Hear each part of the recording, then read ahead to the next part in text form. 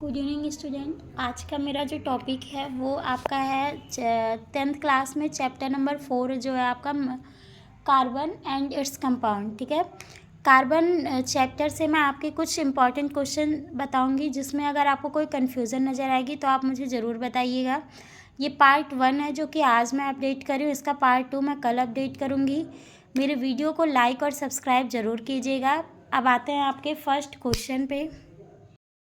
अब देखो, इसमें आपका जो कार्बन एंड इट्स कंपाउंड का पहला क्वेश्चन है वो है what would be the electron dot structure of carbon dioxide. मतलब पहले तो आपको ये पता होना चाहिए कि इलेक्ट्रॉन डॉट स्ट्रक्चर क्या है, तभी आप ये डिफाइन करोगे कि CO2 का स्ट्रक्चर क्या होता है, या फिर अदर कंपाउंड SO2 हो गया, जो भी है उसके कंपाउंड का इलेक्ट्रॉन डॉट स्ट्रक्चर आप तभी डिफाइन कर पाओगे जब आपको ये चीज़ें पता हो।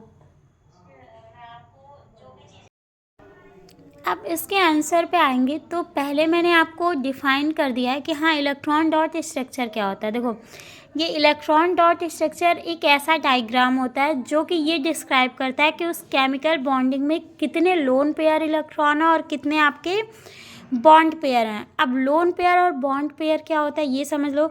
आप यहाँ पे CO2 का मैंने स्ट्रक्चर फॉर्म किया बेटा। इसमें अगर आप लोग देख रहोगे तो ये जो ऑक्सीजन के ये दो इलेक्ट्रॉन है और कार्बन के चारों इलेक्ट्रॉन ये क्या कर रहे हैं, बॉन्डिंग कर रहे हैं, आपस में शेयरिंग कर रहे हैं। सॉरी, एक मिस्टेक है, यहाँ पे 2 इलेक्ट्रॉन शेयर होगा। ठीक है, ये है शेयरिंग का। ठीक है, अब ये क्या कर रहे हैं, आपस में शेयरिंग कर रहे हैं। इसके बाद जो आ रहा है आपका वो जो आपके बचे इलेक्ट्रॉन है, कार्बन के 4 जो बचे इलेक्ट्रॉन है वो क्या कर रहे हैं आपस में, मतलब वो लोन पेयर कंडीशन में, वो किसी से बॉन्डिंग नहीं कर रहे हैं। तो ये जो लोन पेयर है जो किसी से शेयरिंग नहीं हो रहा, इसको हम क्या बोल रहे हैं, लोन पेयर इलेक्ट्रॉन। और ये जो आपका शेयर हो रहा है इलेक्ट्रॉन, उसे हम क्या कर रहे हैं, बॉन्ड बना रहे हैं। मतलब ये क्या हो जा रहे हैं आपके बॉन्ड पेयर इलेक्ट्रॉन। तो जो नंबर ऑफ बॉन्ड पेयर और लोन पेयर इलेक्ट्रॉन होंगे, वही उसी के आधार पे हम क्या करते हैं, डॉट स्ट्रक्चर फॉर्म करते हैं, इलेक्ट्रॉन डॉट। तो अब आपके क्वेश्चन में डॉट स्ट्रक्चर CO2 का पूछा था, तो मैंने एग्जांपल के तौर पे वही दिया। जैसे देखो, पहले तो आपको एटॉमिक नंबर पता होना चाहिए। जैसे कार्बन का एटॉमिक नंबर 6 होता है, ऑक्सीजन का एटॉमिक नंबर 8 होता है। तो अब इसका आप इलेक्ट्रॉनिक कन्फिग्रेशन करोगे तो 6 का क्या हो जाएगा, कार्बन का 2 4 हो जाएगा। मतलब आउटर इलेक्ट्रॉन कितने होगा, आउटर सेल में बैलेंस सेल इलेक्ट्रॉन आपका 4 हो गया। 8 में ऑक्सीजन में आप जा रहे हो तो उसमें जो आउटर सेल में इलेक्ट्रॉन है, नंबर ऑफ इलेक्ट्रॉन वो कितने हैं, 6 है। अब आपका जो आउटर सेल में होता है उसी के बेसिस पे हम क्या करते हैं, उसका स्ट्रक्चर ड्रॉ करेंगे। तो ऑक्सीजन में मैंने 6 इलेक्ट्रॉन दिखाया, 1 2 3 4 5 6।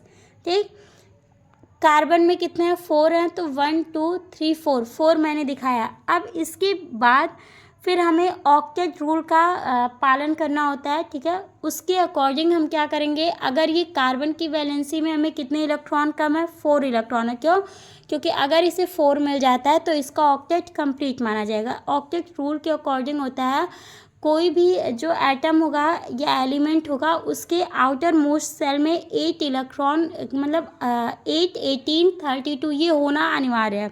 अगर यहाँ पे 8 है तब तो कंप्लीट है, नहीं है तो उसको हम क्या करते हैं, कंप्लीट करते हैं। तो अब इसका क्या हो गया, ये 2 इलेक्ट्रॉन इस ऑक्सीजन से ले लिया, 2 इलेक्ट्रॉन तो इसके पास, इस कार्बन के पास 8 इलेक्ट्रॉन हो गए। देख लो, 1 2 3 4 5 6 7 8, ये 8 इलेक्ट्रॉन इस कार्बन की वैलेंसी कंप्लीट हो गई। ऑक्सीजन की बात करेंगे तो इसके पास कितने इलेक्ट्रॉन की कमी है, 2 इलेक्ट्रॉन की। तो इस बेसिस पे ये क्या करेगा ऑक्सीजन, ये जो इधर का इलेक्ट्रॉन है इस 2 इलेक्ट्रॉन के साथ शेयरिंग हुआ, मतलब 1 2 3 4 5 6 7 8 इलेक्ट्रॉन, ये भी कंप्लीट।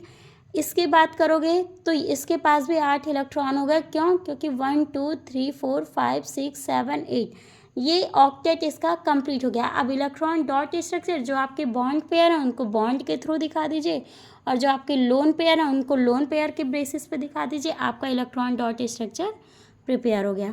ये था आज हमारा पहला क्वेश्चन। अब नेक्स्ट क्वेश्चन के साथ मैं नेक्स्ट वीडियो में मिलती हूँ। Thank you.